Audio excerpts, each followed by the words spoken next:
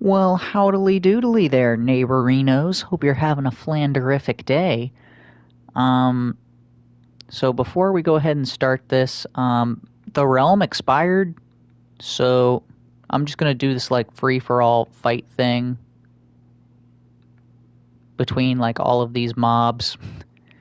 Oh, well, there goes the Ravager, and the Iron Golem. I'm sure is gonna be next. So I guess while this exciting fight is going on, we're gonna go ahead and read from. I was going to say, there's no way that that's already over with. Matthew chapter 10. Jesus called his 12 disciples together and gave them authority to drive out evil spirits and to heal every disease and every sickness. These are the names of the 12 apostles. First, Simon, called Peter, and his brother Andrew, James, and his brother John, the sons of Zebedee. That's already done? Okay, so I guess like the warden is just on like some whole other level. That's just so stupid. It's like, all right, this is gonna give us like some time, because I didn't figure that this was gonna like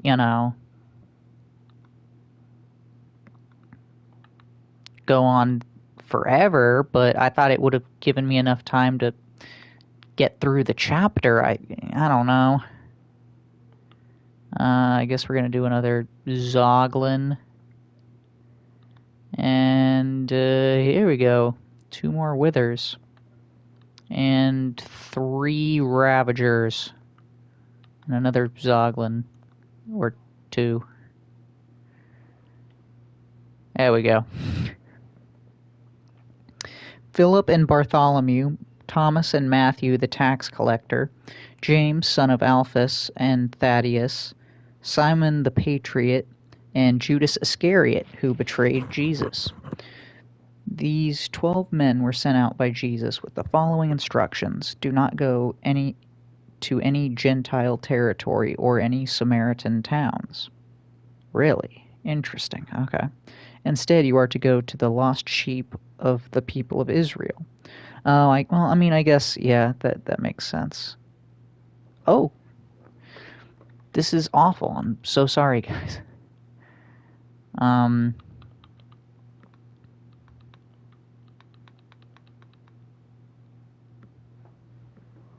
There we go. I guess Jesus hasn't been crucified yet, so they gotta, like, convert the Jews, I guess.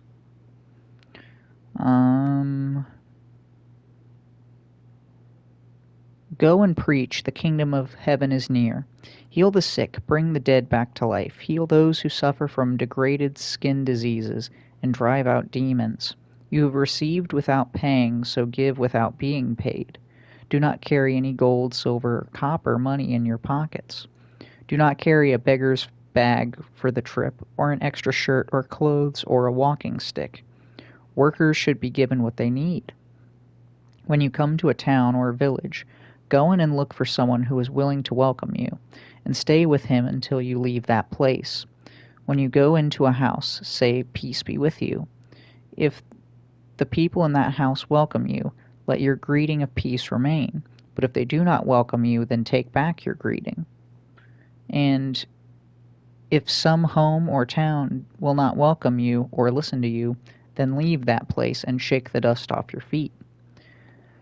So that's pretty interesting there. It's very reminiscent of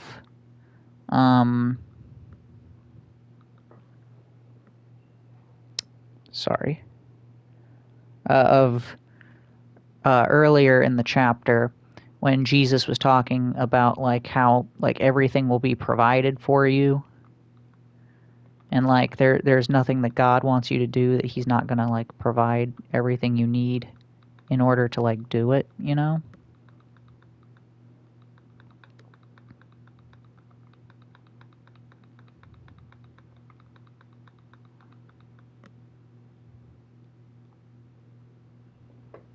Okay. I assure you that on Judgment Day God will show more mercy to the people of Sodom and Gomorrah than to the people of that town. Listen, I am sending you out just like sheep into a pack of wolves. You must be as cautious as snakes and as gentle as doves. Watch out, for there will be those who will arrest you and take you to court, and they will whip you in the synagogues. For my sake you will be brought to trial before rulers and kings to tell the good news to them and to the Gentiles. Well, let me tell you, that still happens today. That still happens today, which is sickening. That Christians are literally still persecuted, like in this day and age. But yeah. Joe Biden's DOJ took or raided the houses of so many Catholics and like pro-life people, just Christian activists basically. So that still goes on today.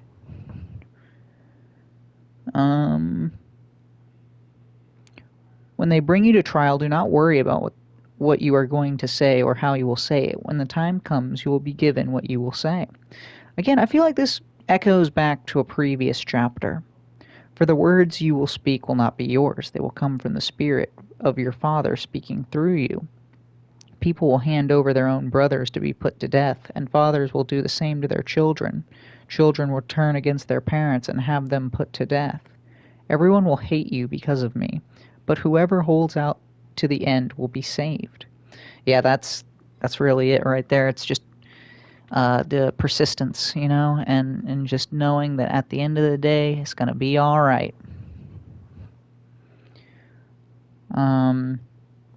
When they persecute you in one town, run away to another one. I assure you that you will not finish your work in all towns of Israel before the Son of Man comes. No pupil is greater than his teacher, no slave is greater than his master. So a pupil should be satisfied to become like his teacher, and a slave like his master. If even the head of a family is called Beelzebul, the members of the family will be called even worse names.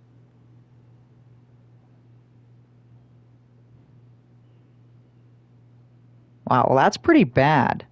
Because I believe, according to the Lesser Key of Solomon, Beelzebul is like a pretty high-ranking demon. Like he's kind of up there. Like I don't know if he's quite like a higher rank than like. So apparently, Satan and the devil are two different people, I guess, or figures, I guess, kinda. I don't know. It's very confusing. I suppose it really doesn't matter. And the Lesser Key of Solomon was probably not written by Solomon, so it probably matters even less. But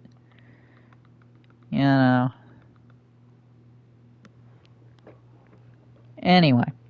So do not be afraid of people. Whatever is now covered up will be uncovered, and every secret will be made known. What I am telling you in dark, you must repeat in broad daylight, and what you have heard in private, you must announce from your housetops. Do not be afraid of those who can kill the body, but cannot kill the soul. Rather be afraid of God, who can destroy both body and soul in hell. For only a penny you can buy 2 sparrows. For only a penny you can buy 2 sparrows. Yet not one sparrow falls to the ground without your Father's consent. As for you, even the hairs of your head have all been counted. So do not be afraid. You are worth much more than many sparrows. Wow, again, this feels like a copy and paste from a previous chapter. I'm not going to lie.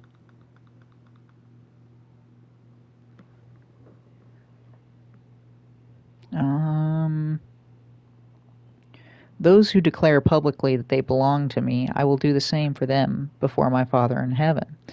But those who reject me publicly, I will reject them before my Father in heaven. Do not think that I have come to bring peace to the world. No, I did not come to bring peace, but a sword. I came to set sons against fathers, daughters against their mothers, daughter-in-laws against their mother-in-laws. Your worst enemies will be the members of your own family. Those who love their fathers or mothers more than me are not fit to be my disciples. Those who love their sons or daughters more than me are not fit to be my disciples. Those who do not take up their cross and follow in my footsteps are not fit to be my disciples. Okay, quick pause right there. Um, yeah, this is a pretty like important verse. Wow. Why are you not fighting?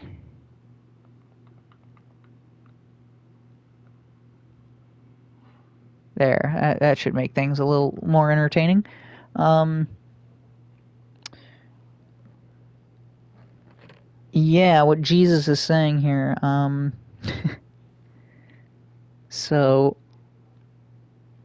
he basically, if you listen to all of his teachings, they're so radically different from what the world would want you, or how the world would want you to act. You know, like not taking revenge, and and like loving your enemies and stuff like that. Um, that you know, a lot of people are not going to see it like that. So it's obviously gonna turn people against each other. You know, because that's human nature.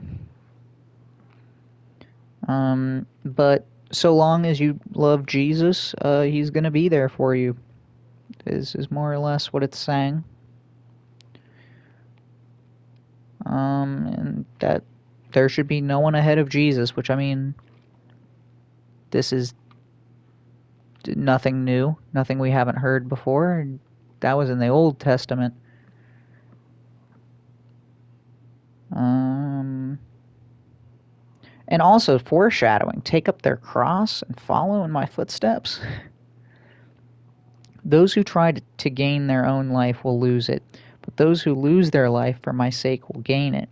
Whoever welcomes you welcomes me, and whoever welcomes me welcomes the one who sent me. Whoever welcomes God's messenger because he is God's messenger will share in his reward, and whoever welcomes a good man because he is a good man will share in his reward. You can be sure that whoever gives even a drink of cold water to the least of these, one of the least of these, my followers, because he is my follower, will certainly receive a reward. Okay, all right. Basically, again, the the same two messages we always get: be good to each other and be good to God. Well, other way around, but yeah. Okay, that was chapter 10. Um, I don't really have a whole lot to add on that because I mean I feel like it was pretty self-explanatory for the most part. I think I may have read this chapter um, like previously. The first time I started doing Southern Fried Conviction, I think I may have started there. Um, or like ended around that chapter. Um,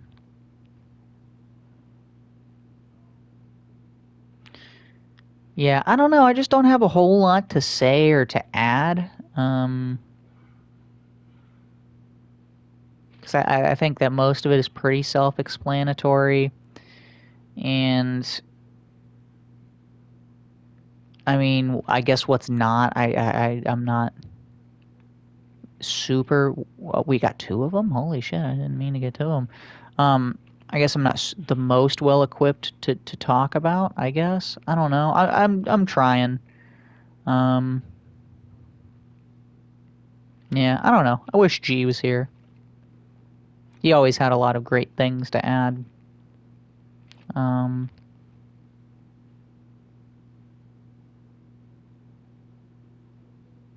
yeah, I guess I'm gonna end here soon. We'll just go ahead and we'll see who wins this epic battle royale.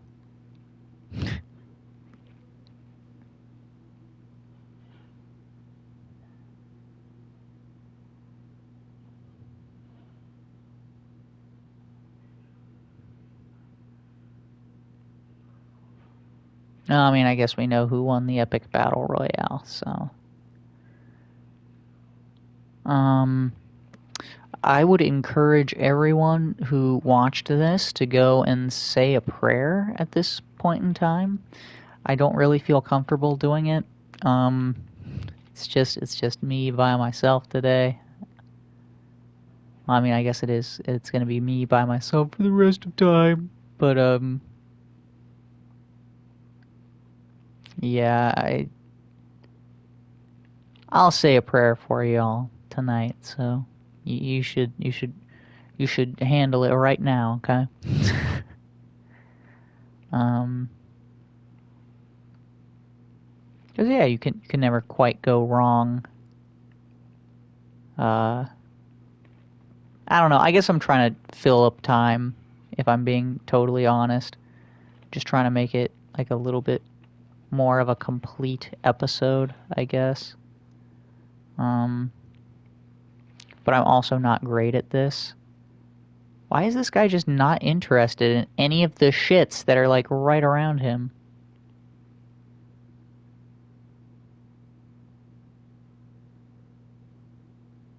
Okay, I guess he's finally interested, whatever. Um,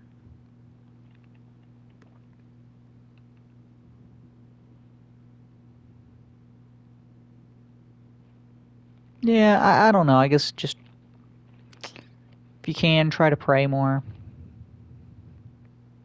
It's always solid advice.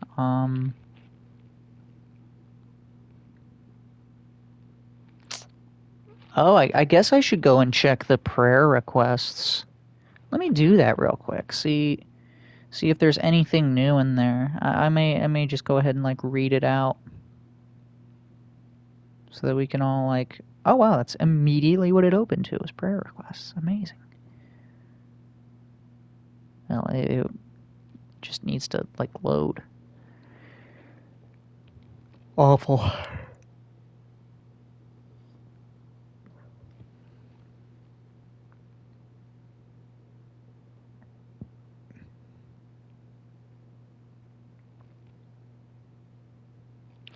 Okay, yeah, no, it's just, I guess it's just the same stuff from last time. So, G's dad completed his internship, and he's going to enter residency, for another 3 credits to complete his, chaplaincy, I think is what it's called. Um, but yeah, I know that he's like really busy right now, so I guess we can all pray for that for G. That his schedule kind of normalizes and um, you know things aren't too difficult on him. Because I know he's like hella busy right now. So yeah,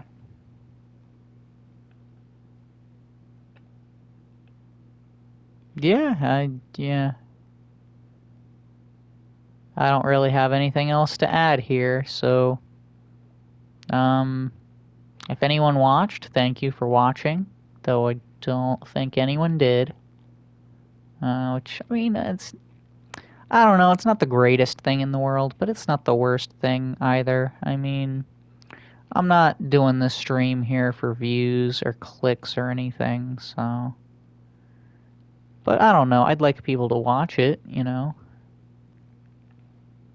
Uh, Not really for my sake, but just to hear what I have to say.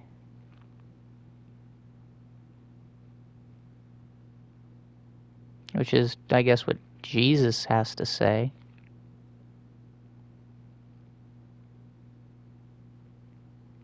Sorry, I just don't really want to end it right now because it's like I haven't done anything. Or it's such a short stream. Like I feel like these used to go on for like an hour, just because G would have something cool to add, and I don't know, when G and I are here, it's more fun because we're both very ADHD, I guess. so it keeps things interesting. Um,